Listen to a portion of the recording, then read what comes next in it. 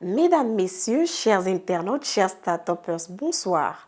En espérant que vous avez passé de très belles vacances, c'est avec un grand plaisir que toute l'équipe CLKA vous retrouve à l'entame de cette nouvelle année judiciaire 2021-2022 pour un nouvel épisode de votre capsule hebdomadaire CLK News.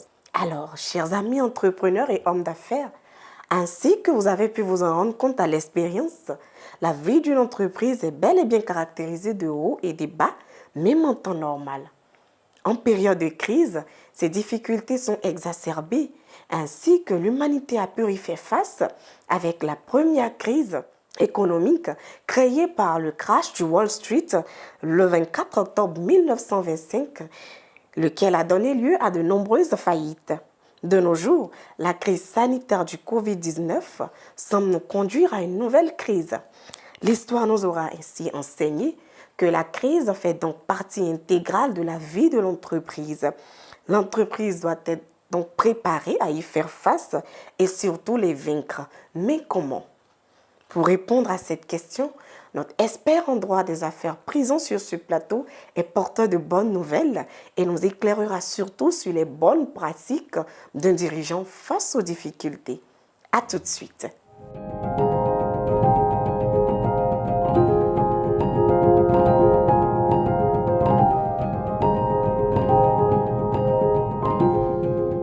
Bonsoir mes camarades. Bonsoir Linda, bonsoir chers internautes. J'espère qu'effectivement je suis porteur de bonnes nouvelles. Ben, comme toujours mes camarades, c'est un plaisir.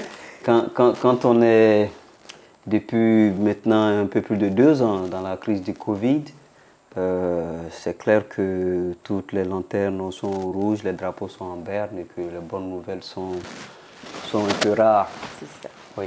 Mais effectivement, on peut espérer des lendemains meilleurs, surtout pour l'entrepreneur qui se prépare à ce moment de crise. Je ne sais pas si tu as des questions précises pour moi, mais je reviendrai là-dessus à l'occasion. Bien noté, maître. Alors, avant tout propos, maître, je rappelle que vous êtes avocat inscrit au barreau de Côte d'Ivoire, Tout à fait. au barreau de New York. Vous êtes arbitre à la Cour commune de justice et d'arbitrage du Loada. Tout à fait. Managing partner de CLKA. Oui. Praticien du droit des affaires depuis plus de 20 ans, n'est-ce pas? Oui. D'accord. Alors, maître camarade, dites-nous donc, quelles sont les sources possibles des difficultés financières que peuvent rencontrer les entreprises et surtout, quels doivent être les signes avant-coureurs? Oui, alors, les sources sont très nombreuses. C'est vrai que l'intérêt de cette question très pertinente que tu poses, Linda, c'est que ça doit permettre aux chefs d'entreprise d'anticiper pour éviter les difficultés. S'il connaît les sources des difficultés pour une entreprise, il peut essayer de les anticiper, mais ces sources sont nombreuses. Elles sont nombreuses. Donc on ne va pas s'appesantir sur elles, mais on va plutôt regarder quels sont les signes avant-coureurs pour qu'ils puissent les anticiper. Alors, il y a plusieurs approches. Il y a une approche tout à fait juridique et il y a une approche tout à fait économique, comptable et financière. Okay. Alors, en ma qualité d'avocat, je vais naturellement privilégier l'approche juridique. Je dirais qu'au terme de la loi, notamment l'acte uniforme sur les procédures collectives, on considère qu'une entreprise est une entreprise en difficulté lorsque il est en état de cessation de paiement ou alors il est plus ou moins pas loin d'être en état de cessation de paiement. Alors, la cessation de paiement oblige à mettre en place les procédures d'alerte dont nous allons parler plus loin. Mais qu'est-ce que c'est qu'une cessation de paiement? Comme le terme le dit, c'est une situation dans laquelle une entreprise se trouve et ne peut pas payer ses créanciers. Donc, cessation de paiement, l'entreprise n'a pas suffisamment de moyens pour faire face à ces différentes dettes. Voilà, donc ça pourrait être un signe avant-coureur, mais on est déjà de plein pied dans la difficulté dans ces cas-là. Voilà, donc le dirigeant doit faire en réalité de telle sorte à ne pas être en situation de cessation de paiement, donc que son actif disponible puisse en tout temps faire face à son passif. C'est ça peut-être la bonne attitude. D'accord, bien noté, maître. Alors, maître, en tant qu'avocat, que préconisez-vous donc comme approche anticipée de ces difficultés et surtout comment les éviter? Alors, comment anticiper ces difficultés? Il faut détecter les signes avant-coureurs. Donc, il faut tout de suite travailler suffisamment en amont avec sa direction financière et comptable pour savoir à quel moment l'entreprise peut être dans une situation qui va, on va dire, l'empêcher de pouvoir faire face à ses engagements. C'est ça, maître. En principe, si on a une entreprise qui n'est pas une entreprise gérée à la Djoula, pardonnez-moi mon frère Djoula, une entreprise gérée à la Djoula, bon, c'est à Abidjan ici, comme on le dit, hein, à la Djoula, bon, le bonhomme il a sa poche et c'est sa comptabilité, il ne tient pas de comptabilité, voilà. Donc si on a une entreprise qui est gérée, on va dire, selon les bonhommes, pour faire très sérieux, c'est-à-dire avec un livre comptable, un bilan comptable et tout, on a différents outils de planification et d'indicateurs qui nous permettent tout de suite de savoir à quel moment éventuellement on va se retrouver dans une situation où notre trésorerie ne peut pas faire face à nos passifs. Et quand c'est ainsi, vous êtes en mesure de faire travailler certains autres de vos services, votre service commercial par exemple, communication, pour créer de nouveaux produits, pour créer des recettes, pour pouvoir faire face éventuellement à ces difficultés. Voilà. Donc l'idée c'est vraiment de planifier son activité et d'anticiper. Voilà. C'est comme ça qu'on peut éviter d'être dans une situation de cessation des paiements. Sinon, autrement, c'est la fin de l'entreprise. Hein. Waouh! Alors, maître, vous savez, malgré tout ça, hein, malgré tout ce que vous avez détaillé, en cas de survenance du pire, hein, et lorsque l'entreprise se retrouve face à ces difficultés, quel devait être le comportement du chef d'entreprise? Qu'est-ce qu'il devait faire? Ça, c'est le capitaine ou le commandant à bord de son navire en péril. Bon, la première chose, il ne doit pas abandonner son navire. Si le navire doit couler, il doit couler avec son navire. C'est d'ailleurs pour ça que quand on a la faillite de l'entreprise, les dirigeants sont souvent condamnés à des faillites personnelles parce qu'il est le dirigeant, c'est lui le premier responsable. Mais on va dire qu'il y a moyen d'éviter le pire, même quand on est dans la tempête, donc c'est-à-dire en situation de cessation de paiement. D'accord. Oui. La loi prévoit ce qu'on appelle des procédures d'alerte. Lorsque vous vous rendez compte que votre situation ne vous permet pas de faire face au passif qui va être le vôtre, vous pouvez vous-même décider de vous mettre dans une des procédures qui vous permettra de reprendre souffle. Cette procédure s'appelle le règlement préventif. D'accord. Si vous êtes dans une procédure de règlement préventif que vous demandez vous-même en disant au tribunal, je pense que je suis en cessation de paiement ou je vais être en cessation de paiement, j'ai besoin d'un peu de souffle pour pouvoir faire face à ça, le tribunal peut vous permettre de ne pas payer certains créanciers pendant une certaine durée.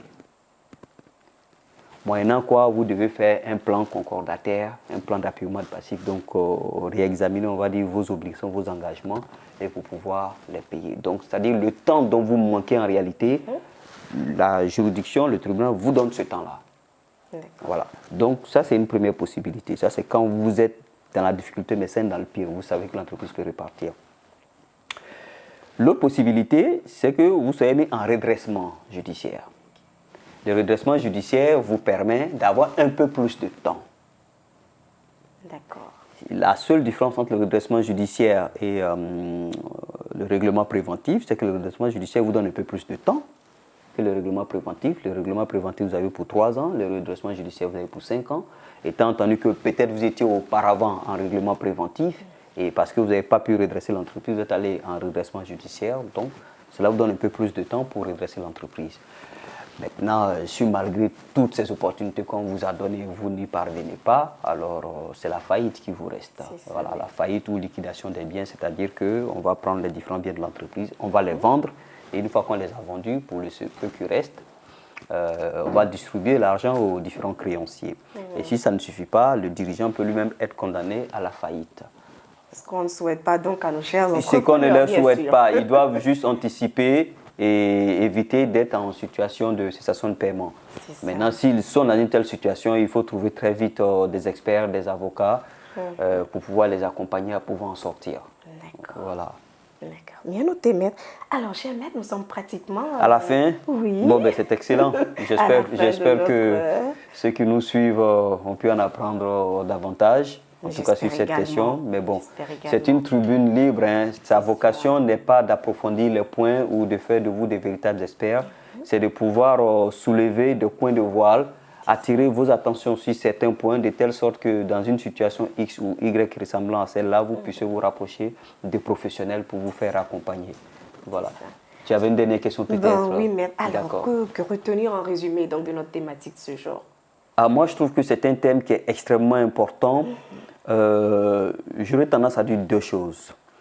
La première là-dessus, c'est que malheureusement, certains dirigeants dans nos contrées, bon, même ailleurs aussi, hein, utilisent les procédures réservées aux entreprises en difficulté, les utilisent pour échapper à leurs obligations. Ma vingtaine d'années d'expérience d'avocat m'a donné à voir des entrepreneurs qui se mettent en faillite ou en règlement préventif et puis qui ne font pas face à leurs engagements et qui disparaissent et qui vont créer d'autres entreprises encore. Peut-être que les autorités aussi devaient être plus regardants parce que quelqu'un qui met une entreprise en faillite, en tout cas aux États-Unis, si vous avez mis une entreprise en faillite, vous-même vous serez failli, déclaré failli, et donc vous n'aurez pas le droit de pouvoir exercer le métier de commerçant, d'homme d'affaires, de créer des entreprises ou dirigeants sociaux. Ça devrait aider. Donc la première chose, j'appellerai nos différents start-upers, entrepreneurs à être conscients de leurs responsabilités. Lorsqu'on est un chef d'entreprise, on est un peu comme un chef de village, un chef de famille. Quand vous gagnez de l'argent, certes, c'est peut-être pour vous parce que l'entreprise vous appartient entre guillemets, mais en même temps, vous engagez la vie de père de famille, de mère de famille, non seulement dans votre entreprise, mais en dehors de votre entreprise, c'est-à-dire les entreprises partenaires à la vôtre. Donc prenez la question au sérieux et ne faites pas le petit con et puis votre entreprise va se retrouver dans une situation de faillite. Voilà, oui, parce que des fois, les gens ils font vraiment le petit con. Je ne veux pas être donneur de leçons, mais voilà, c'est des choses qu'on voit. Donc ça, c'est la première chose. Hein. Donc, soyez vraiment responsable, faites les choses bien, et je suis sûr que votre entreprise ne sera jamais dans une situation comme celle-là. Maintenant, la deuxième chose, oui, il peut arriver que l'entreprise soit dans une situation de faillite. Mais si par extraordinaire cela arrivait, je vous invite à ne pas fuir vos responsabilités. Voilà, il faut trouver les spécialistes en la matière, et nous en avons, pour pouvoir redresser l'entreprise. Surtout quand vous connaissez votre business et que vous savez vraiment le pratiquer, que le cœur métier qui est le vôtre fait vraiment partie de votre ADN, que vous savez le faire, vous avez des spécialistes qui peuvent vous accompagner pour redresser l'entreprise. Voilà. Donc, laissez l'entreprise être redressée et puis on va dire que ça va vous servir de leçon pour l'avenir. Comme disent nos amis les Américains, you have to learn from your mistake. Exactly. Voilà. Vous apprenez de vos erreurs et puis bon, ce sera mon mot de la fin. Merci beaucoup, maître. Merci d'avoir répondu encore une fois à notre appel. Avec grand plaisir. C'est notre mission citoyenne aussi. Hein. Alors, chers internautes, chers start-upers, nous sommes à la fin de notre capsule de ce jour. Nous vous donnons donc rendez-vous très prochainement sur CLK News pour un tour d'horizon sur la responsabilité pénale des chefs d'entreprise. Ah tiens, c'est très lié finalement. Effectivement. C'est une bonne transition. Bonne transition. Alors, en attendant, portez-vous bien et on vous retrouve très bientôt. Au revoir. À bientôt. Au revoir. C'était votre capsule hebdomadaire CLK News. Retrouvez-nous sur notre chaîne YouTube, sur Facebook, sur Twitter, tout comme sur LinkedIn en tapant simplement CLKA. À très vite. Au revoir.